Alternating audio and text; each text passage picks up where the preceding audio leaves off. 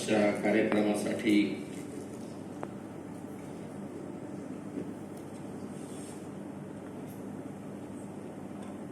Media ॲश्युरन्सचे मंचकावर उपस्थित पदाधिकारी, दिलीप पवार साहेब, Alka Agarkar madam, Anil Sonawane, Kasare, Suryavanshi, Nitin Thakur, Sanjay Jadhav, Ghuge साहेब, मला आपल्या सगळ्यांच्या समवेत आज हजर होताना आपल्याशी हितगुज करायची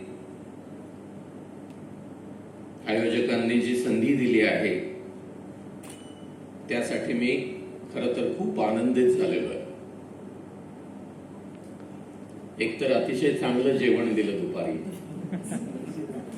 आणि एक जॅकेट मिळणार होतं त्याची मी प्रतीक्षा करणार आहे.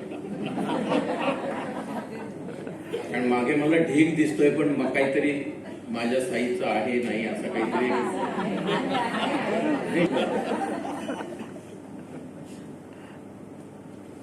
पोलीस अधिकारी असलो तरी साईज मध्ये आहे मी अजून.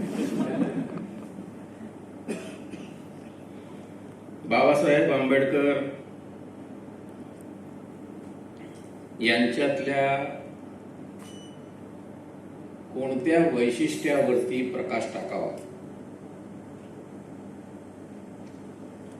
असं काही दिवस घालवेल चालली होती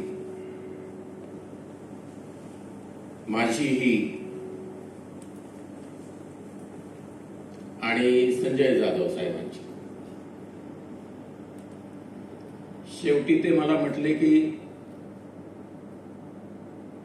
बाबासाहेबांचं अख्खं व्यक्तिमत्व उलगडून दाखवू शकता का? बाबासाहेबांचं व्यक्तिमत्व पूर्ण उलगडून दाखवणं हा 15 दिवसाचा कार्यक्रम असू शकतो आणि तरीही आपल्याला थांग लागेल असं मला वाटत नाही.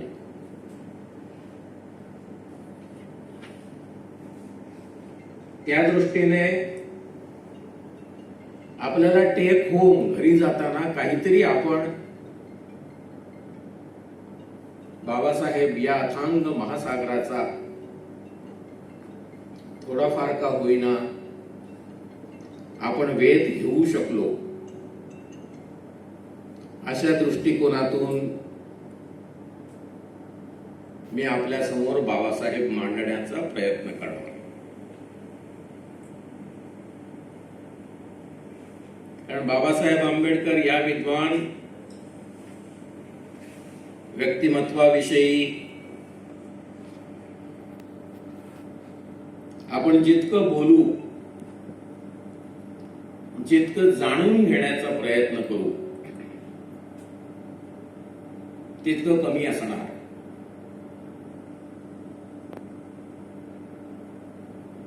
बाबासाहेब एकदा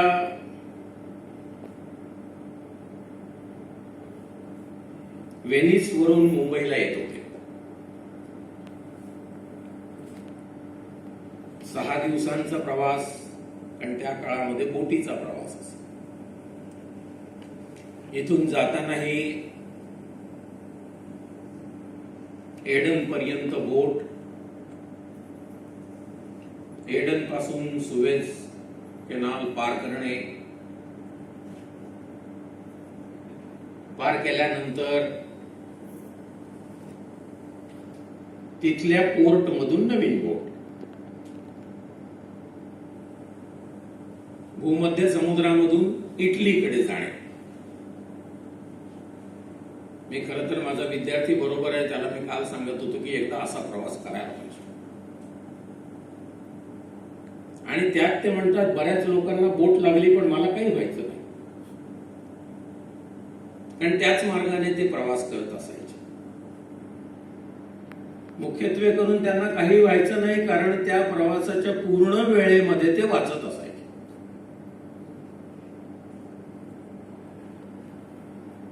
एखादा माणूस किती वाचत असू शकतो यामध्ये ते स्वतः लिहितात की 6 तासाचा प्रवास होता, भरपूर वाचायचं मटेरियल मी घेतलं होतं आणि मी 8,000 पानं वाचून काढली त्या 6 तासाच्या प्रवासात. एक पुस्तक त्यांना खूप आवडलं. त्यांनी म्हटलं की हे बसल्या बैठकीत वाचून काढायचं. 64 तास त्यांना लागले, परंतु ते सगळं पुस्तक त्यांनी वाचून हातावेगळं केलं, मधले काही ब्रेक वगळता. मी जेव्हा विचार करतो, मी इतकं लंडन मध्ये जाऊन शिकलो, 2 डिग्र्या लंडन मधून घेतल्या, ते एक ऑब्सेशन असतं की इथे बाबासाहेब फिरले असतील, या लायब्ररीत बसले असतील, या घरात राहिले असतील, या पायरीवरून उतरले असतील. सगळे जमतील तितके तिथे व्हिडिओ बनवण्याचा प्रयत्न केला. कधी कधी माझी बायको कंटाळून जायची. तिला म्हणायचो की तू बोलत राहा, तर ती म्हणायची नाही, मी फक्त कॅमेरा पकडते, तुम्ही बोलत राहा. बायकांना फार चांगली नॅक असते सोपा मार्ग कसा घ्यायचा. आणि असे अनेक व्हिडिओ तुम्ही युट्यूब वरती बघा. पर्टिक्युलरली बाबासाहेबांचं घर महाराष्ट्र सरकारने ताब्यात घेण्याच्या अगोदरच आम्ही ताबा मिळवला आणि त्या माणसाला पटवून उघडलं नव्हतं आणि आतलं सगळं डेकोरेशनच्या अगोदर बघून घेतलं होतं. त्यांचा सगळ्यात महत्वाचा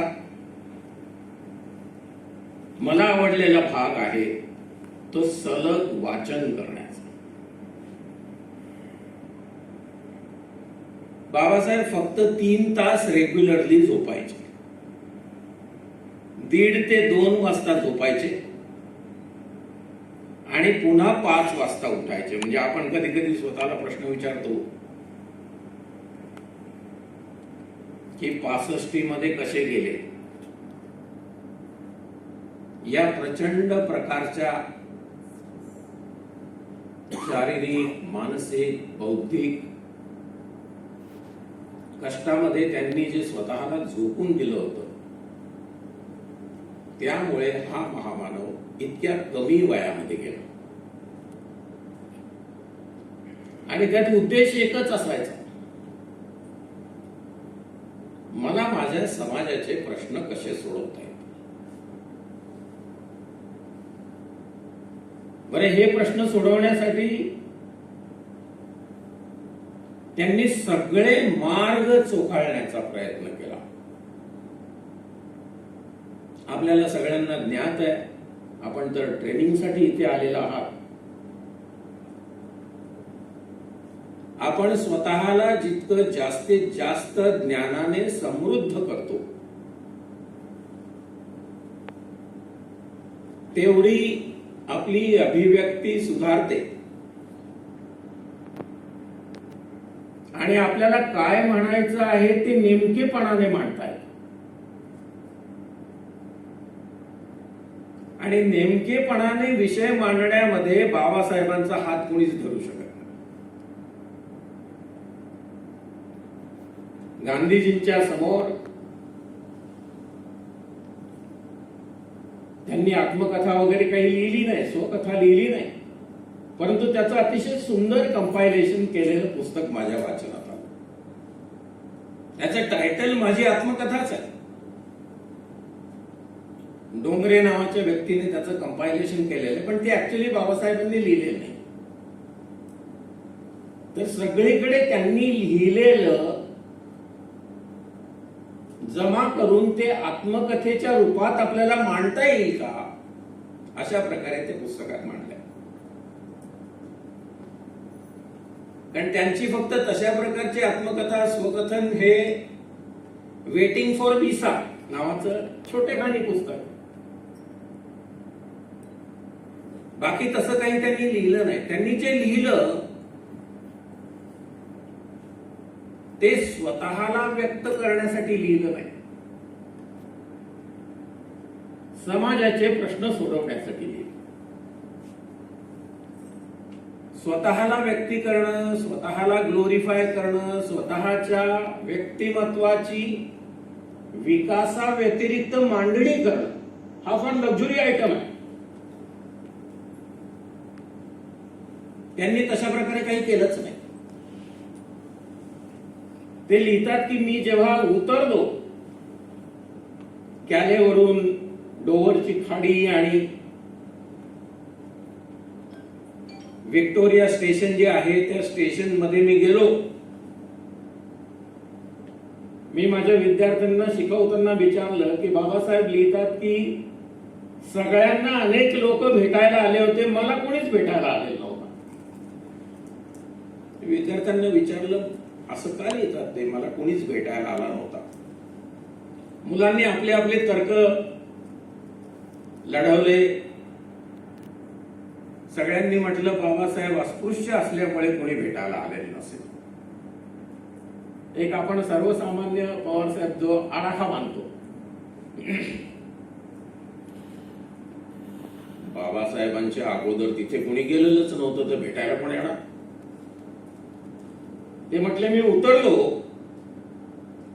टॅक्सी पकडली आणि माझं रॉयल हॉटेल, कारण त्यांच्यासाठी नेहमीची जागा होती, ते तिथे शिकलेले होते.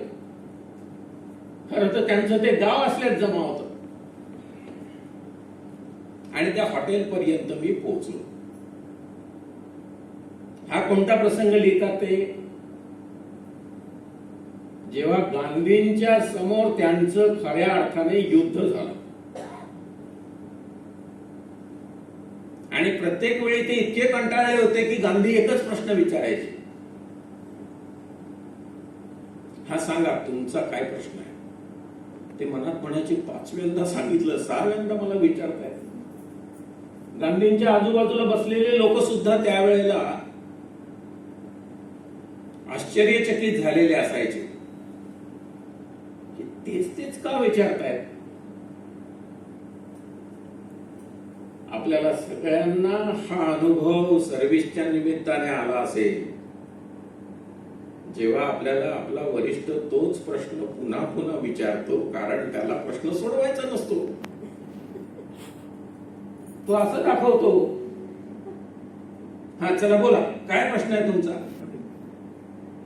आपण फारच वैतागलो तर काय म्हणतो, काहीच प्रश्न नाही साहेब, बस तुमची भेट घ्यायची होती. अच्छा ठीक आहे. असं 5व्यांदा 6व्यांदा बाबासाहेबांच्या विषयी झालं. एका परदेशी फ्रेंच बाईने जेव्हा हे बघितलं तेव्हा तिने गांधींना प्रश्न विचारला, शिखांना स्वतंत्र मतदारसंघ दिले तर चालतात, मुसलमानांना स्वतंत्र मतदारसंघ दिले तर चालतात,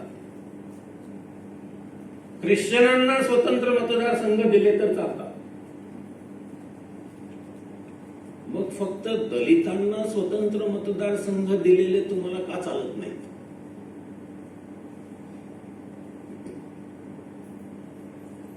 गांधीजींना त्या महिलेचा इतका राग आला, जेव्हा आपल्याकडे उत्तर नसतं आणि आपण निरुत्तर होणार असतो, त्यावेळेला आपण राग व्यक्त करायला सुरुवात करतो, ज्याला आपण आदळआपट करणं म्हणतो ना. एक 7-8 लोकांना घेऊन आपण जेव्हा घरी जातो आणि आतल्या भांड्यांचा आवाज आपल्याला यायला लागल्यानंतर आपण अंदाज घेतो की नाही चुकून पोहे बोललो होतो, चहा चालेल, चुकून बोललो होतो. आणि त्यांनी बसलेल्यांना अशा प्रकारे खुणावलं की या बाईला बाहेर काढा. प्रश्न काय विचारला होता,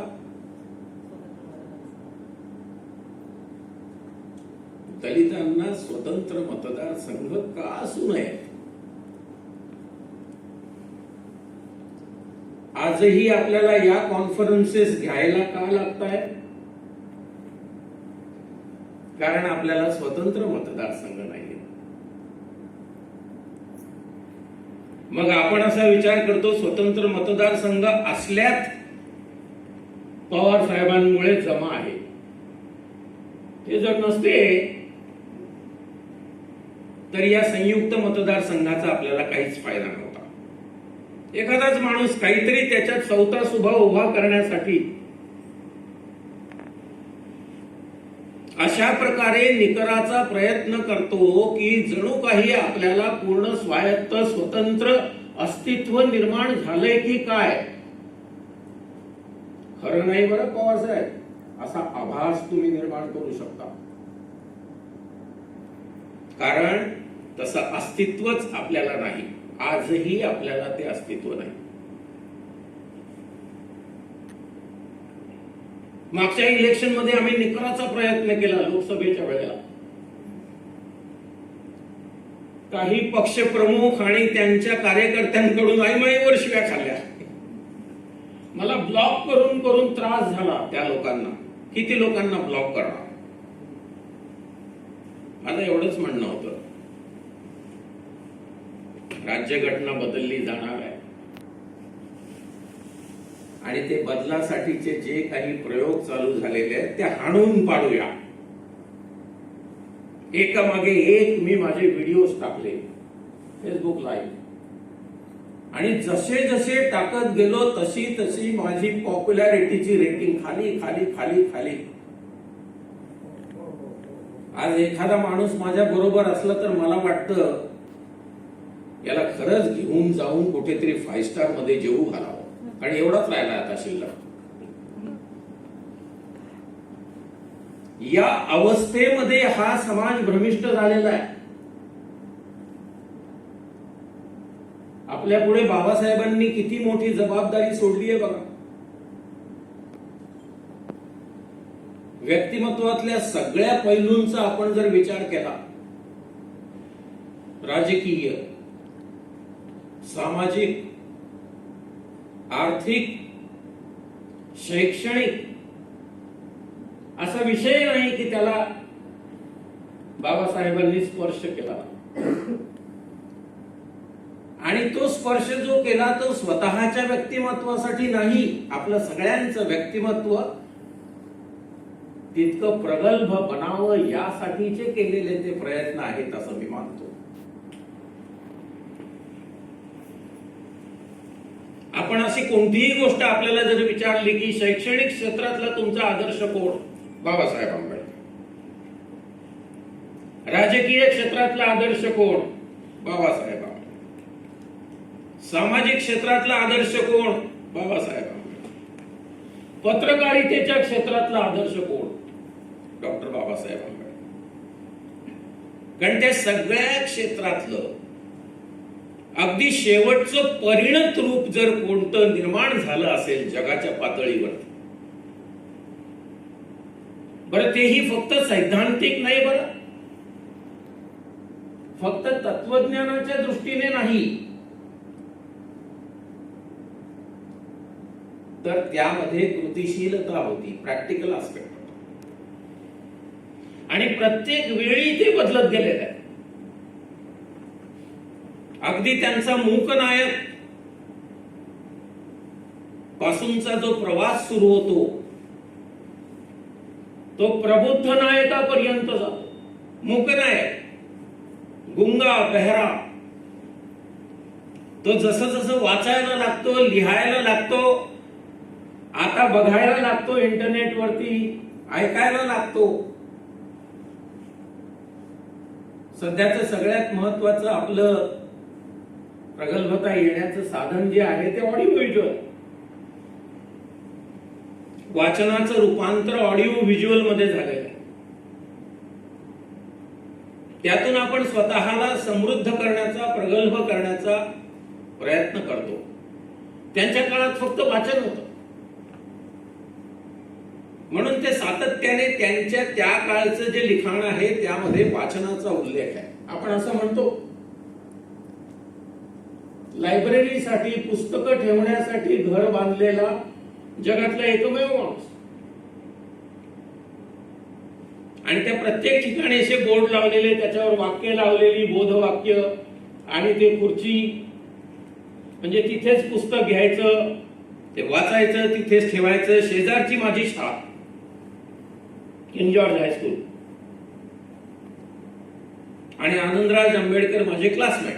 त्यामुळे मला संधी मिळायची घरच्यासारखं घरी जाण्याच्या अगोदर तिथे जाणं, फिरणं, ती वाक्य बघणं, त्यांच्या संकल्पना आत्मसात करणं. एखादा माणूस अभ्यासासाठी, लायब्ररीसाठी, पुस्तकं ठेवण्यासाठी घर बांधू शकतो. जो 18 विश्व दारिद्र्यातून आला, ज्याला कुठल्याही प्रकारची सोय सवलत मिळाली नाही, तो माणूस असा विचार करू शकतो. म्हणून मी बाबासाहेबांना ऑर्गॅनिक पब्लिक इंटेलेक्च्युअल म्हणतो. नुसता पब्लिक इंटेलेक्च्युअल नाही. जसे नोआम चॉम्स्की आहे, त्यांना पब्लिक इंटेलेक्च्युअल हा दर्जा आहे जगामध्ये. आजच्या क्षणाला सुद्धा लोक त्यांना विचारतात की तुमचं काय मत आहे.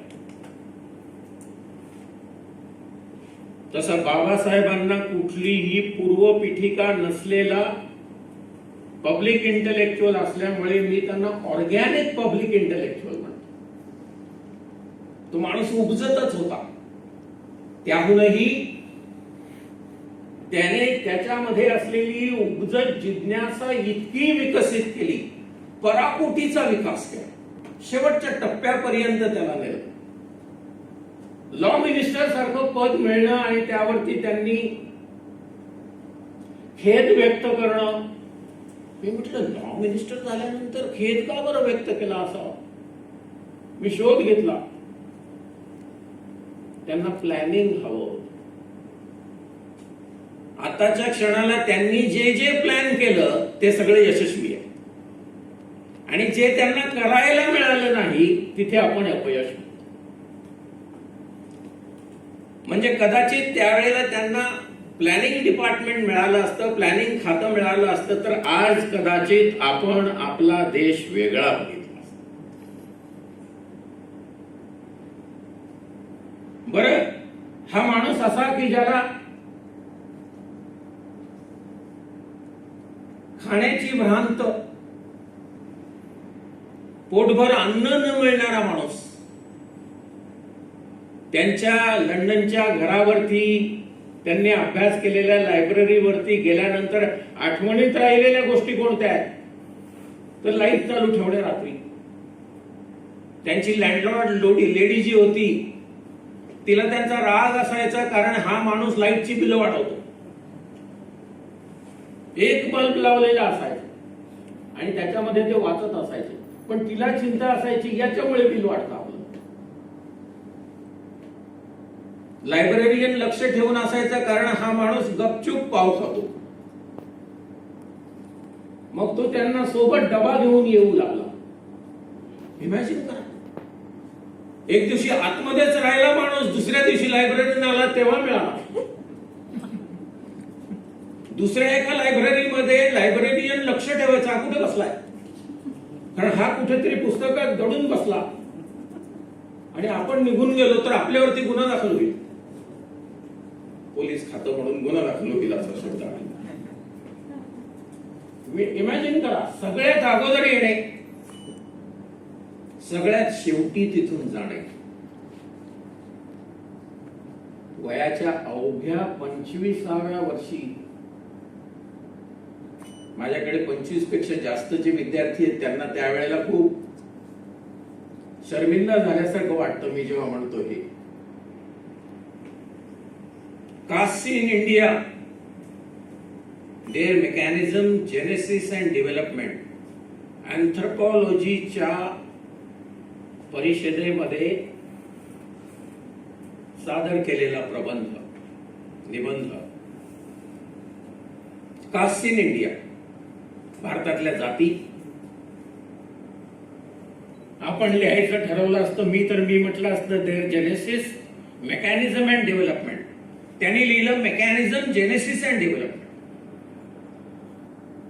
कारण अगोदर डोक्यात काय येतं, मेकॅनिझम काय, हे कसं टिकलं हो. मग आपण विचार करतो, अच्छा हे टिकलंय, मग कसं निर्माण झालं. त्यांचं वाक्य आहे, त्यासाठी जो क्रिमिनॉलॉजीचं इन्व्हेस्टिगेशन करणारा सीबीआयचा अधिकारी लिहितो तशा प्रकारे हू डन इट, एकत्र, शब्दाची फोड नाही, हू डन इट. त्यांना एकच प्रश्न पडला होता, हे जातीचं प्रेत, जे जाती प्रथेचं प्रेत, कास्ट डिस्क्रिमिनेशनचं प्रेत जे वरांड्यात पडलेलं आहे, ते निर्माण कोणी केलंय. एक, निर्माण का केलंय. दोन, ते टिकण्याचं मेकॅनिझम काय. आणि हे आजपर्यंत इतकी abnormal situation, because there is no observable difference. ओळखता येत नाही आपल्याला माणूस पाहिल्यानंतर याची जात कोणती. कधी कधी नावाने पण ओळखता येत नाही. आगरकर मॅडम, आणखी खोलात शिरावं लागतं आपल्याला. माझं नाव अंदाज लागत नाही लोकांना. बरं, माझ्या नावात तर गाव विचारल्यानंतर पण अंदाज लागत नाही, कारण मी ते निर्माण केलेलं नाव आहे. माझं ते ओरिजिनल नाव नाही आहे, ते माझं स्वनिर्मित नाव आहे. जगाच्या पाठीवर अपरांती किती, एकच. त्याची पत्नी आणि 2 पोरं. या 4 व्यतिरिक्त 5वा अपरांती मिळाला तर लगेच फोन करा मला की साहेब सापडले. किती मोठा प्रश्न निर्माण होत असेल मला नाव विचारल्यानंतर. लंडन मध्ये जेव्हा जेव्हा कॉन्फरन्सेसला गेलोय, एक भारतीय दुसऱ्या भारतीयाला भेटल्यानंतर पहिल्यांदा कसला शोध घेतो.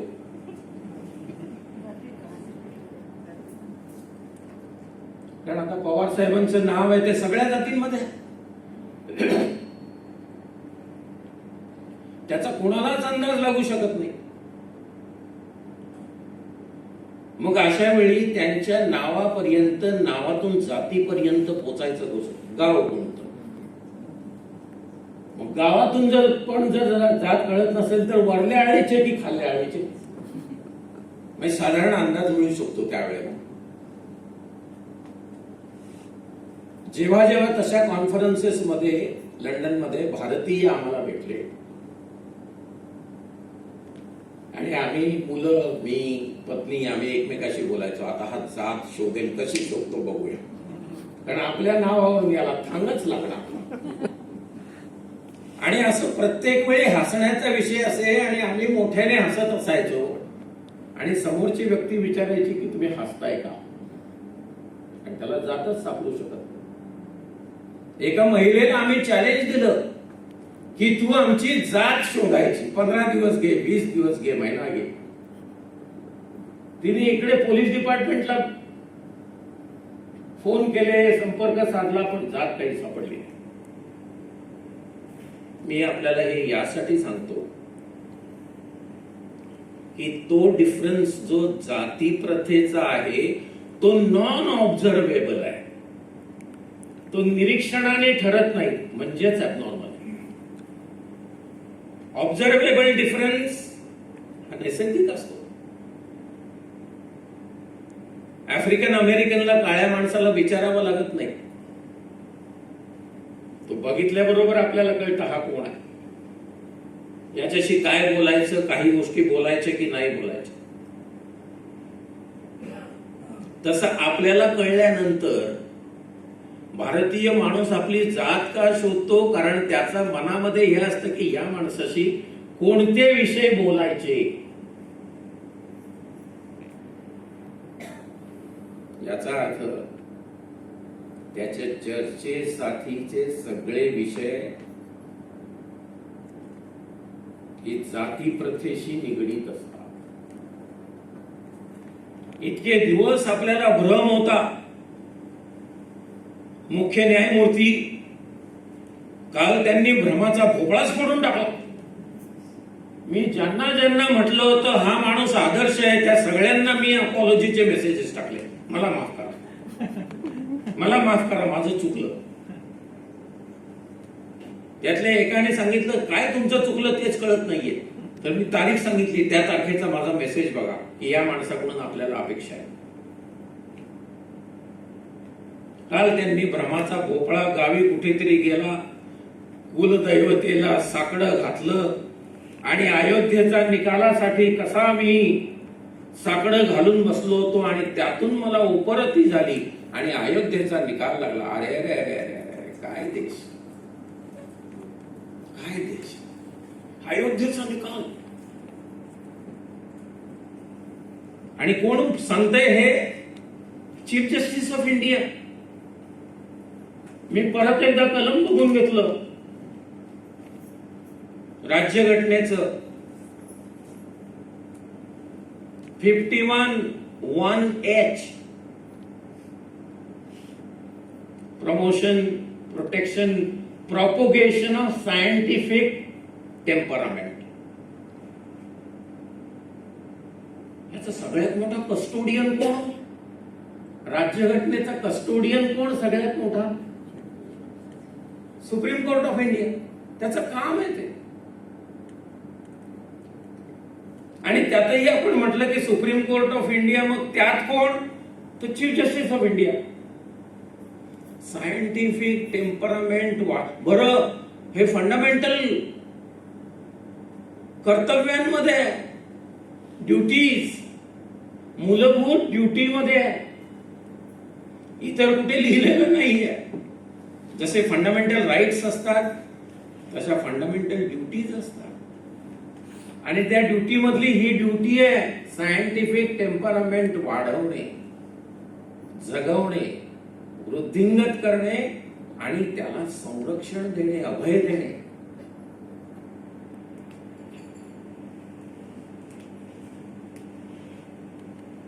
त्या पुस्तकानंतर बाबासाहेब पुढे सरकतात.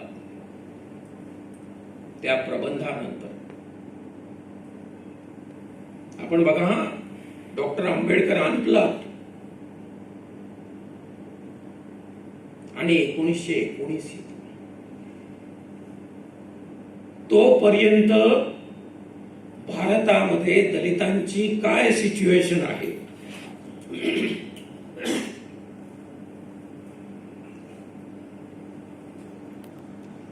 ब्रिटिशांपुढे मांडणी झालेली नव्हती.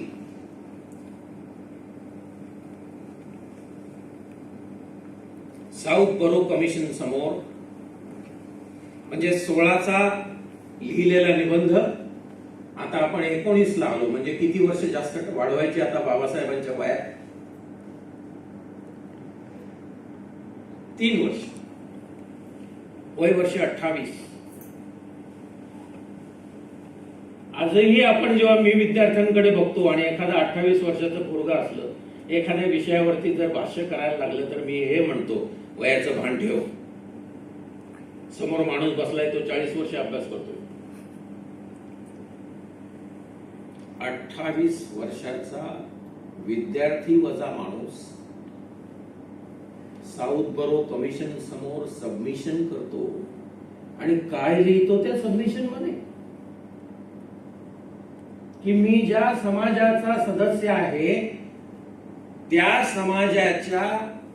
समाजातल्या लोकांची सध्याची स्थिती काय. अगदी टरबूज विकणारी बाई, केळी विकणारी बाई गिरण गावामध्ये, तिची जात जेव्हा लोकांना कळते तेव्हा त्यांनी तिला लाथाबुक्क्याने मारून शिवीगाळ केली जाते.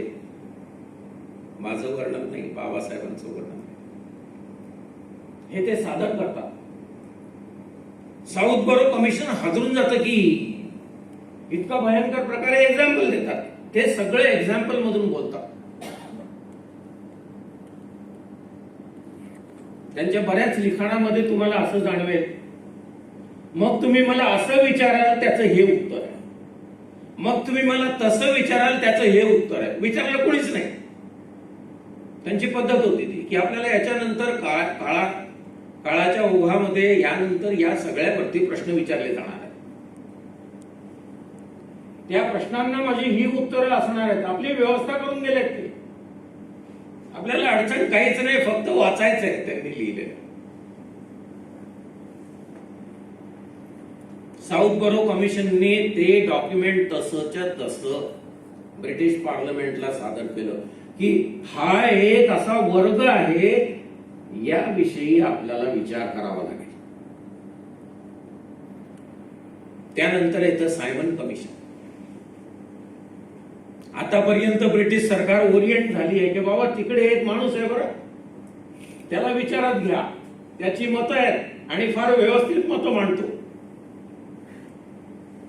आणि त्याला काही कोणी भाषांतर करायला लागत नाही, तो स्वतःच लिहितो, स्वतःच मांडतो. एखादा माणूस किती प्रगल्भ असतो. आपल्याला सगळ्यांना फसवलं गेलं इतिहासामध्ये.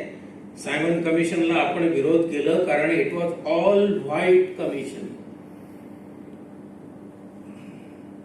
त्यामध्ये एकही भारतीय नाही किंवा घेतला नव्हता म्हणून भारतीयांनी विरोध केला असं आपल्याला इतिहास शिकवतो.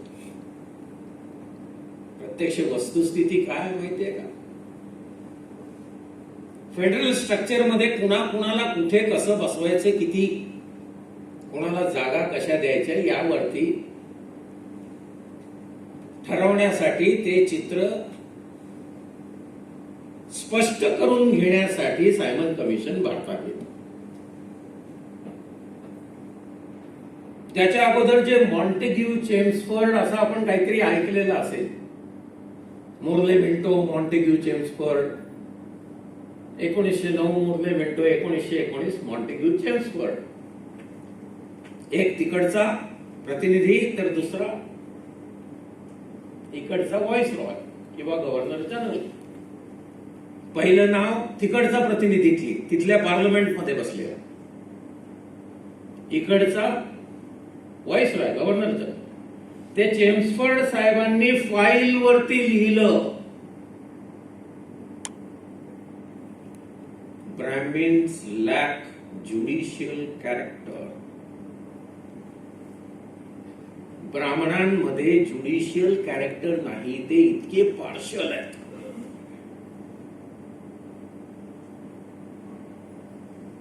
They don't go by your face value, your worth, your excellence. They go by your name and your caste. Always. आपलं जसं साहेबांनी सांगितलं, ठाकूर साहेबांनी की आपल्याला प्रशिक्षण, आपण ऑलरेडी प्रशिक्षित आहोत. मला पटलं ते. या वयातलं प्रशिक्षणाचा अर्थ जे जळमट आहे तेवढी काढून टाकायची. कधी कधी चुकून ती, आता जसं मी म्हटलं की Simon go back, Lala Lajpat Rai छातीवर काठ्या मारल्या पोलिसांनी, नंतर त्यांचा मृत्यू झाला वगैरे वगैरे. हे all white commission and because there were no Brahmin representative in that,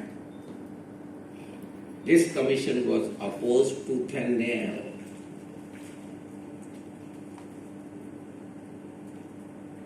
का ब्राह्मणांना घेतलं नाही?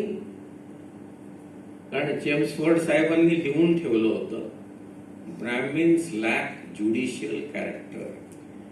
यांच्यामध्ये न्यायिक प्रक्रिया असू शकत नाही. कन्क्लुजनला आला तुम्हाला. बरोबर. कोण? Viceroy, governor general. मग आता त्याच्यानंतर ब्रिटिश पार्लमेंट त्या दृष्टीने विचार करायला लागलं की यांना घेऊ नका रे बाबा, कारण आपण ज्या गोष्टीसाठी चाललोय ते तुम्हाला शक्य होणार नाही. यांचा माणूस जर घेतला तर तो तुम्हाला सगळ्यांना विशिएट करेल. आणि आपल्याला माहिती आहे की 10-12 लोकांची कमिटी असेल आणि त्यात एक ब्राह्मण असला तर ते 10-12 लोक पंक्ती प्रपंच न करता काम करू शकत नाही. कानफुसी केली जाते. Because Brahmins are gossip mongers. तुम्हाला सगळ्यांना माहिती आहे. तुमच्या वयाचा मी रिस्पेक्ट ठेवतो, कारण आपण सगळ्यांनी अनुभव घेतलेले आहे. आमच्या खात्यात सुद्धा, पोलीस खात्यातही मी हे अनुभव मला घ्यावे लागले की अगोदरच तुमच्या विषयीची माहिती एखाद्या तुमच्या वरिष्ठ अधिकाऱ्याला, तो चुकून जर एखाद्या ब्राह्मणाला भेटला असेल तर तुमची माहिती अगोदरच त्याच्यापर्यंत पोहोचते. याचा अर्थ बरोबर लिहिलं की नाही चेम्सफोर्ड साहेबांनी की दे लॅक ज्युडिशियल कॅरेक्टर. ते माणसाला बायस करतात, वरिष्ठांना बायस करतात. त्यामुळे या सायमन कमिशनच्या विरुद्ध, बरं सायमन कमिशनचं साक्ष मग बाबासाहेबांनी का दिली? त्यांना निमंत्रण आलं की तुमचं काय म्हणणं आहे मांडा. 2 वर्ष अगोदर चालू होतं ते कमिशन. 1929 ऐवजी 1927 ला त्यामध्ये बाबासाहेबांनी आपला प्रश्न इतका जोरकस पद्धतीने मांडला की तो 40-50 पानांचा दस्तऐवज सायमन कमिशन समोरचा वाचताना असं वाटतं की आजचं डॉक्युमेंट आहे. आज सुद्धा तेच प्रश्न आहेत. त्यांनी तो दस्तऐवज तसाच्या तसा ब्रिटिश पार्लमेंटला सबमिट केला आणि त्यानंतर बाबासाहेबांची राऊंड टेबल कॉन्फरन्स मधली पोझिशन जगजाहीर झाली की या माणसाला घ्यावंच लागलं. आपण सगळ्यांनी आपली स्वतःची पोझिशन जिथे जिथे काम करतो तिथे तिथे जी पक्की केली आहे, आपण म्हणतो ना खुंटा पक्का केलाय, कुणी हलवू शकत नाही मला. कशातून करतो आपण? पैशातून नाही करत, ओळखीतून नाही करत, वशिल्याने नाही करत, आपल्या कामातून करत. आणि आपण स्वतःला सांगतो रविवार आहे मला काम करावं लागेल, नाहीतर मी पकडला जाईल, बाकी सगळे सुटून जातात. आणि त्यातून आपण स्वतःची पोझिशन पक्की करतो. त्यामुळे त्या सायमन कमिशन कडे दिलेल्या त्या दस्तऐवजानंतर बाबासाहेबांची राऊंड टेबल कॉन्फरन्स मधली पोझिशन पक्की झाली. 30, 31, 32 3 परिषदा लंडन मधल्या तिन्ही परिषदांना बाबासाहेब उपस्थित आहेत. त्या 30च्या परिषदेनंतर जेव्हा 31 ला बाबासाहेब गांधींना भेटतात, यावर्षीचा एक अतिशय बोलका इश्यू द वीक या मॅगझिनने काढलेला आहे, आउटलुक किंवा वीकने. त्याचं टायटल आहे आय हॅव नो होमलँड. गांधींना दिलेलं उत्तर, मला मातृभूमी नाही. तो इश्यू उपलब्ध आहे ना, अमेझॉन वरून मागवू शकता आपण. सगळ्यात जास्त अमेझॉन वरून मागवला गेलेला तो इश्यू आहे, आय हॅव नो होमलँड. हे बाबासाहेबांनी गांधींना दिलेलं उत्तर आहे. तेव्हा गांधी त्यांना म्हणतात, अरे गोलमेज परिषदेमध्ये तुम्ही ज्या प्रकारे मत मांडलं त्यात तर तुम्ही मला सातत्याने जाणवता की यू आर अ पेट्रियट, तुम्ही देशभक्त आहात आणि तुम्ही काय बोलता, असं चुकून बोलताय का? ते म्हटले नाही, ही वस्तुस्थिती आहे. मला देश नाही, मला जागा नाही. जेव्हा जेव्हा पॅलेस्टीनचा इश्यू बघतो आणि काल परवा जेव्हा मी याह्या सिन्वरला बघितलं, त्या खुर्चीत बसलेला, हात तुटलेला आहे आणि डाव्या हाताने अशी काठी मारतो त्या येणाऱ्या ड्रोनकडे. त्यावेळेला मी मनात म्हटलं, याह्या हे तर नसेल बोलत आय हॅव नो होमलँड. माझी स्वतःची जमीन असताना हे अतिक्रमण करणारे येऊन आम्ही त्यांना सुरुवातीला हाकलले नाही. आपला जो मूल निवासी परदेशी प्रश्न आहे म्हणून आज हे मला हाकलताय, माझ्या जमिनीवरून मला उखडून लावताय. हे त्यावेळेला बाबासाहेब म्हटलेले 31 साली, आय हॅव नो होमलँड. बरं, तोच माणूस काय म्हणतो पुढे, मी प्रथमतः भारतीय, अंतिमतः भारतीय, कारण माझा देश आहे. तुम्ही मला उपरा केलाय, मी उपरा नाहीये. आणि मला माझी जागा, काय आपण सगळे लोक करत आहोत, we are trying to reclaim our own position. आपली स्वतःची पोझिशन आहे, आपल्याला त्यावरून दूर ढकललंय, ती आपण रिक्लेम करत आहोत. जसं आपण बघतो ना बॅकबे रिक्लेमेशन, तशा प्रकारे ती पोझिशन आपण रिक्लेम करतो, म्हणून आपण रविवार पण वापरतो. आपल्याला असं नाही वाटत की रविवारचा दिवस इतर लोक मजा करतायत तर मीही करायला पाहिजे. आपण काय म्हणतो, नाही मला अधिकार नाही. बाबासाहेबांनी केला असतं का, तर नसतं केलं. मग मी पण नाही. मी अभ्यास करेन, मी वाचन करेन. मी जर मास्तर असेल तर मी दुसऱ्या दिवशी शिकवेन. त्याच्यासाठी 4 तास आज अभ्यास करेन. Because I have to reclaim my own land which I am denied of. माझ्याकडून काढून घेतली आहे मी इथला मूळ निवासी असताना. त्या 3ही परिषदांमध्ये बाबासाहेबांनी जो विषय मांडला, आजही आपला तो विषय सुटलेला नाही. कोणता विषय? आपला प्रतिनिधी आपला नसतो. आपला प्रतिनिधी चापलूस नसेल तर निवडून येत नाही. माझ्या स्वतः पुढे पडलेला हा प्रश्न आहे. प्रत्येक वेळी लोक फोन करतात, साहेब देवळाली की आमची जागा बघा, तुम्ही अडेल धोरणामुळे तुमची जागा जाईल. म्हटलं काय करू सांगा? पाया पडू, चापलुसी करू, त्यांच्या बंगल्यांवर खेट्या घालू? हे विसरू नका, मी बाबासाहेबांचा माणूस आहे. माझ्या रक्तात चापलुसीचा कण सुद्धा नाही. आणि ते रक्त नाव आंबेडकर नसेल, पण त्याच्यावरचा अधिकार डॉक्टर बाबासाहेब आंबेडकर. आपल्याला ती जागा मिळावी, ती पोझिशन मिळावी, म्हणून त्या 3ही गोलमेज परिषदांमध्ये, राऊंड टेबल कॉन्फरन्सेस मध्ये बाबासाहेबांनी आपली जागा पक्की केली. निकाल मिळाला 1932 साली. त्यावेळेचा प्राईम मिनिस्टर रॅमसे मॅकडोनाल्ड यांनी देऊन टाकलं की येस, तुम्ही जे म्हणता ते बरोबर आहे. गांधी म्हटले, एकतर माझा जीव किंवा यांचा स्वतंत्र मतदारसंघ. अरे, माझा जीव हा स्वातंत्र्याच्या वेळेला का नाही घालवला तुम्ही? स्वातंत्र्य महत्वाचं होतं तुम्हाला की दलितांच्या सवलती महत्वाच्या होत्या?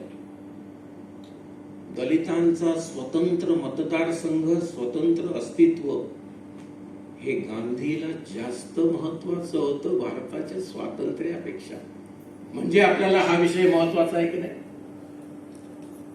ज्यासाठी गांधी स्वतःचा जीव डावावर लावायला तयार होता, म्हणून बाबासाहेब म्हणाले, आय हॅव नो होमलँड. माझी होमलँड तुम्ही घेतलेली आहे. हे त्यांना अध्यारोत होतं. त्यातून त्यांना हे सांगायचं होतं. बंधू भगिनींनो, त्यातून आपले संयुक्त मतदारसंघ जन्माला आले. त्यातून आपले रिझर्वेशन जन्माला आले. आपली रिझर्वेशन ही कधीच मागणी नव्हती. आणि व्यवस्थित डोकं क्लिअर ठेवा, ती आजही असू शकत नाही. आपली ती आजही मागणी नाही. आपली मागणी काय असली पाहिजे? स्वतंत्र मतदारसंघ, जी बाबासाहेबांची होती, जी त्यावेळेच्या ब्रिटनच्या प्रधानमंत्र्याला रॅमसे मॅकडोनाल्डला पटली होती, समजली होती, रुचली होती, पचली होती आणि त्यांनी दिली होती. त्याच्यासाठी गांधी मरणप्राय अवस्थेत जाण्याच्या तयारीत बसले. परंतु मी स्वतंत्र मतदारसंघ यांना मिळू देणार नाही. ख्रिश्चनांना मिळाले तरी चालतील, शिखांना मिळाले तरी चालतील, मुसलमानांना मिळाले तरी चालतील, पण यांना मिळू देणार नाही. तोच आपला प्रश्न असावा की नाही? 131 खासदार आपले निवडून जातात. किती? प्रधानमंत्री व्हायला 50 लागतात. एक गठ्ठा 50 असले की तुम्ही प्रधानमंत्री होता. 84 आणि 47 अनुक्रमे दलित आणि आदिवासी हे आपले 131 खासदार आहेत. तुम्हाला जर मी विचारलं 10 खासदारांची नावं सांगा, कारण ते आपल्या नाहीच आहेत. मलाही माहिती नाही.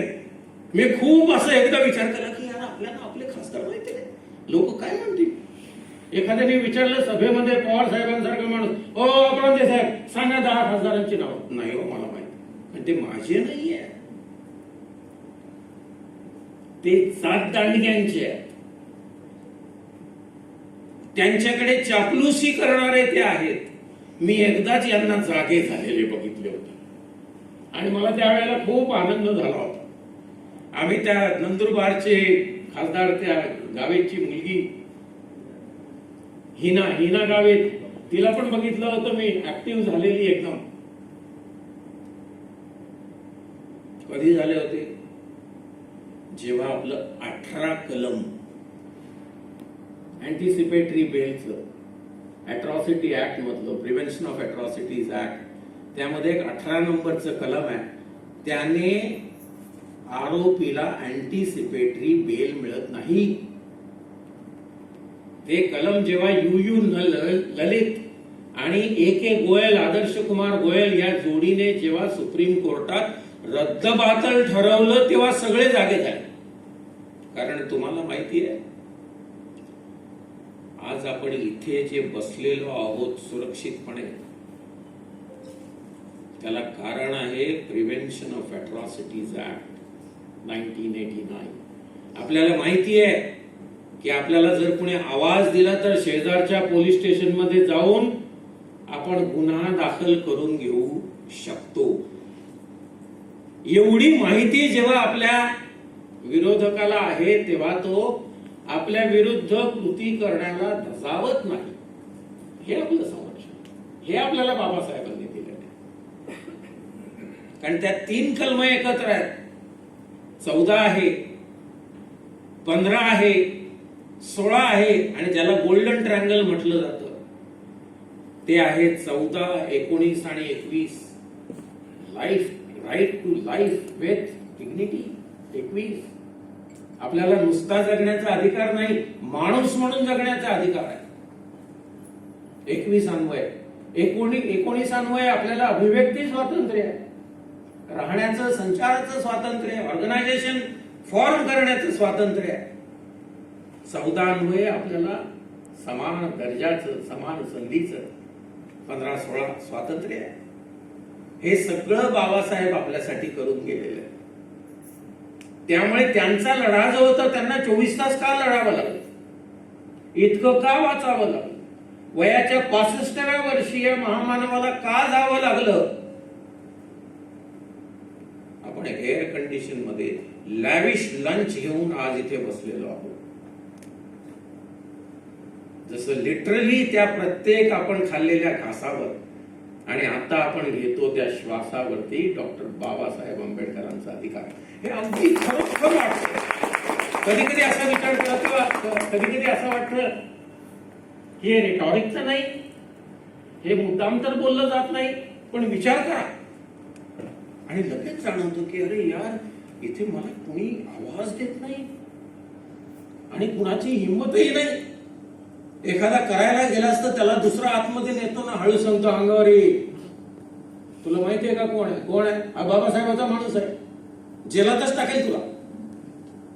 अशा प्रकारचं स्वातंत्र्य आपल्यापर्यंत बाबासाहेबांनी पोहोचवलं, म्हणून त्यांना लवकर जातो. जरी दिलीप पवार साहेब म्हटले तुम्हाला वेळेचं बंधन नाही, तरीही मी शेवटच्या भागाकडे येतो. या शेवटच्या भागावरती जेव्हा मी आपल्याला काही वर्षांपूर्वी आपल्या समवेत काही चेहरे नवीन आहेत, काही वयाने लहान आहेत, ते मला पहिल्यांदा पाहतायत, परंतु मी आपल्या या संस्थेसोबत येण्याची ही माझी 3री वेळ. मुंबईमध्ये माझ्यासोबत मंचकावरती जोगेंद्र कवाडे होते, असं मला आठवते. ते संपल्यानंतर त्यांचा पण गैरसमज झाला होता की मी नक्की कोणत्या जातीचा आहे. त्यांनी स्टेजवरूनच विचारलं की कोणालाही आणता का तुम्ही. मला उठून सांगावं लागलं, साहेब मी आपलाच आहे.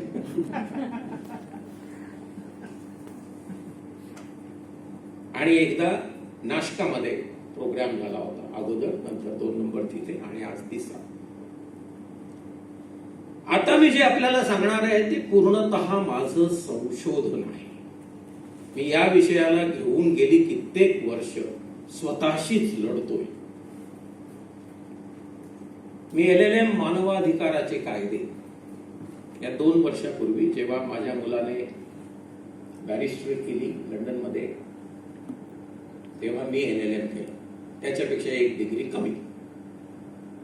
त्याने म्हटलं मला बॅरिस्टरच व्हायचं, बाबासाहेबांच्या संस्थेतूनच व्हायचं. ग्रेज इन या संस्थेमधून माझा मुलगा बाबासाहेबांनंतर 99 वर्षांनी 2021 ला बॅरिस्टर झाला. 1922 ला बाबासाहेब त्याच संस्थेतून बॅरिस्टर झाले. आम्हाला जाऊन प्रत्येक दगड त्याने दाखवला. या सगळ्यातून मला बाबासाहेबांचा आवाज येतो. कारण वैशिष्ट्य आहे त्या देशाचं, ते काहीही बदलत नाही. सगळं तसंच्या तसं तिथे त्याने आम्हाला दाखवलं. हे ह्युमन राईट्स लॉ अभ्यास करताना माझ्या डोक्यात एकच होते, या सरकारला कोर्टात खेचता येईल का? आपण पण कधी कधी ऐकतो ना, यांना युनायटेड नेशन मध्ये खेचू. कसं खेचू म्हणजे काय? त्याला धरून न्यायचंय का? की चल रे तुम्ही दोघे चला तिकडे UN मध्ये. एवढे जडत की येणारही नाही एका माणसाला. मग काय करावं? तर त्या ह्युमन राईट्सचा अभ्यास करताना दिलीप पवार साहेब, जेव्हा एखादा माणूस पछाडलेला असतो ना,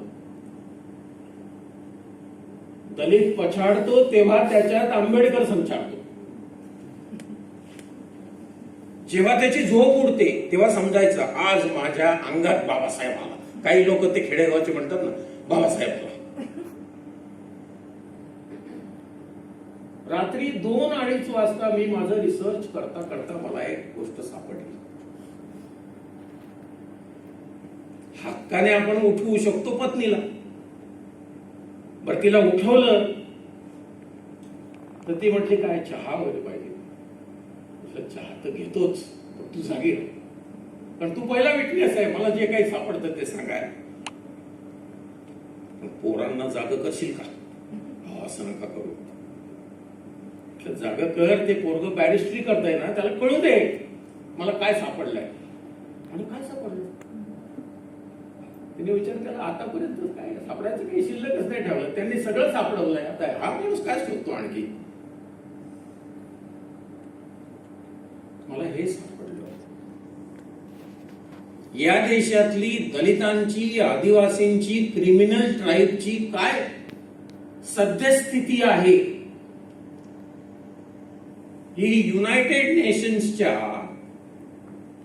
आयसर्ड नावाच्या एका कन्व्हेन्शन नुसार,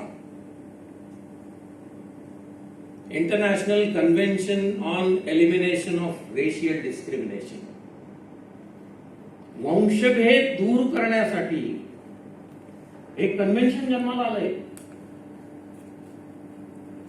आयसर्ड त्याचं नाव आहे, elimination of racial discrimination. Elimination नष्ट करण्यासाठी. आणि या कन्व्हेन्शन नुसार, त्याच्या कलम 9 नुसार जगातल्या 143 देशांनी ज्यांनी सह्या केलेल्या आहेत, त्यांनी दर 2 वर्षांनी युनायटेड नेशन्सला अहवाल सादर करायचा आहे. माझ्या देशातली डिस्क्रिमिनेशनच्या संदर्भात परिस्थिती काय आहे मी शोधायला लागलो. अरे आपलं काय, आपलं डिस्क्रिमिनेशनचं यांनी काय दिलंय बघूया. मी सगळं ते चार्ट बघितला. अहवालच नाही सादर केलेला. 2008 सालापासून भारत सरकारने अहवाल सादर केलेला नाही. अरे असं कसं काय असू शकतं? मी बघितलं ते कन्व्हेन्शनचा इतिहास, तर त्यात लिहिलं होतं की there is no world government, जागतिक सरकार नाही. त्यामुळे या कन्व्हेन्शनचा कारभार फ्रेंडली मॅनरने चालतो. कोणत्याही देशाला आपण धाक दपटशा लावून अहवाल सादर करा असा आदेश देऊ शकत नाही.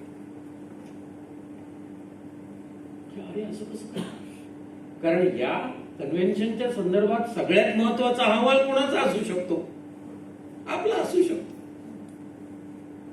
जगातला प्रत्येक 7वा माणूस या देशात जन्माला येतो.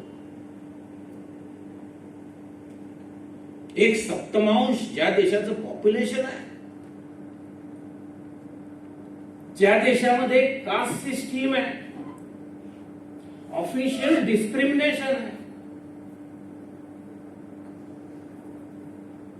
ज्याला स्क्रिप्चरल सँक्टिटी आहे. सावित्रीमाई काय म्हटल्या? इंग्रजी कविता आहे त्यांची. त्या इंग्रजी कवितेमध्ये माई शेवटचं वाक्य म्हणतात, throw away Brahmanical scriptures fast. जमलंच तुम्हाला असं वाटतं की तुम्ही प्रगल्भ झाला तर पहिलं एक काम करा, ब्राह्मणी ग्रंथ फेकून द्या. सावित्रीबाई म्हणाल्या. माझ्या अकॅडमीमध्ये मी ती इंग्लिश कविता लावली आहे त्यांची. ज्या देशामध्ये जातीयतेला स्क्रिप्चरल सँक्टिटी आहे, ब्राह्मणोस्य मुखमासे बाहू राजन्य हा कृता उरु तदस्य यद वैश्यः पदभ्या शूद्रो अजाय. पायातून शूद्र जन्माला, मांड्यांमधून वैश्य आला, बाहूंमधून क्षत्रिय आला, तोंडामधून ब्राह्मण आला. हे स्क्रिप्चर म्हणतं. बरं, हे मनुस्मृती नाही म्हणत आहे, हे पुरुष सूक्त ऋग्वेद म्हणतं.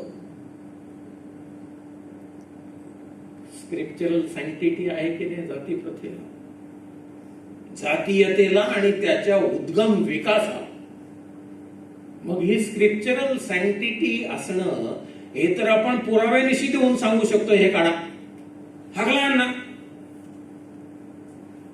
तुम्ही आता जागतिक पातळीवरती या विषयाची चर्चा करताना मग यांचं काय? मला हे सापडलं. आणि माणूस सापडली एखादी गोष्ट की अस्वस्थ होतो ना. अगदी एखादी अंगठी सापडली रस्त्याला तरी ती सोन्याची आहे की नाही हे कळण्यासाठी किती अस्वस्थता, किती तगमग असते. आता हे तर किती मोठं सापडलं मला. मी पत्नीला सांगितलं, ती म्हटली मी पाणी मारून येते डोक्यावरती, खरंच काहीतरी वेगळं आहे, हे कधी ऐकलं नाही असं. म्हटलं आता उठवायचं का मला? तो बॅरिस्टर होणार आहे. तर म्हणे उठवलं, त्याला बसवलं. त्यानंतरच पूर्ण रात्री 2-2:30 पासून जे आम्ही सकाळपर्यंत याच विषयावर, बाबू आणखी काय काय शोधलंय, बाबू आणखी दाखवा, आणखी दाखवा, असं करत आम्ही त्या सगळ्यावरती चर्चा केली की यांनी का दिलं नाही आणि यांना का विचारलं नाही. त्याच वेळेला आम्ही एक पत्र ड्राफ्ट केलं युनायटेड नेशन्सला. त्याच्या पुढचा बॉम्ब फुटला. युनायटेड नेशन्सने मला दुसऱ्याच दिवशी उत्तर दिलं की आम्ही तुम्हाला उत्तर द्यायला बांधील नाही, कारण त्यातले 14 कलम आहे, त्या कलमावरती तुमच्या देशाने सही केलेली नाही. ते कलम म्हणतं की फक्त ऑफिशियल एजन्सीज प्रश्न विचारू शकतात. म्हणजे दोन्ही बाजूने आपलं गोची केली. एक, मी उत्तर देणार नाही. 2, यांना उत्तर द्यायचं नाही. हे असं फक्त तेच लोक करू शकतात ज्यांच्या मनात खोट आहे. या दोन्ही गोष्टींच्या वरती त्यानंतर आम्ही पूर्ण रिसर्च केलं. मी माझा प्रबंध सादर केला. त्यावरती मी एक प्रोग्राम डिझाईन केलेला आहे, जे माझं वर्कशॉप 2 दिवसांचं आहे. आणि त्याच्या पुढच्या टप्प्यात आता आम्ही आलेलो आहोत. यांना उत्तर द्यायला भाग पाडायचं आणि तेव्हाच सन्मानाचा जय भीम बोलायचं. धन्यवाद.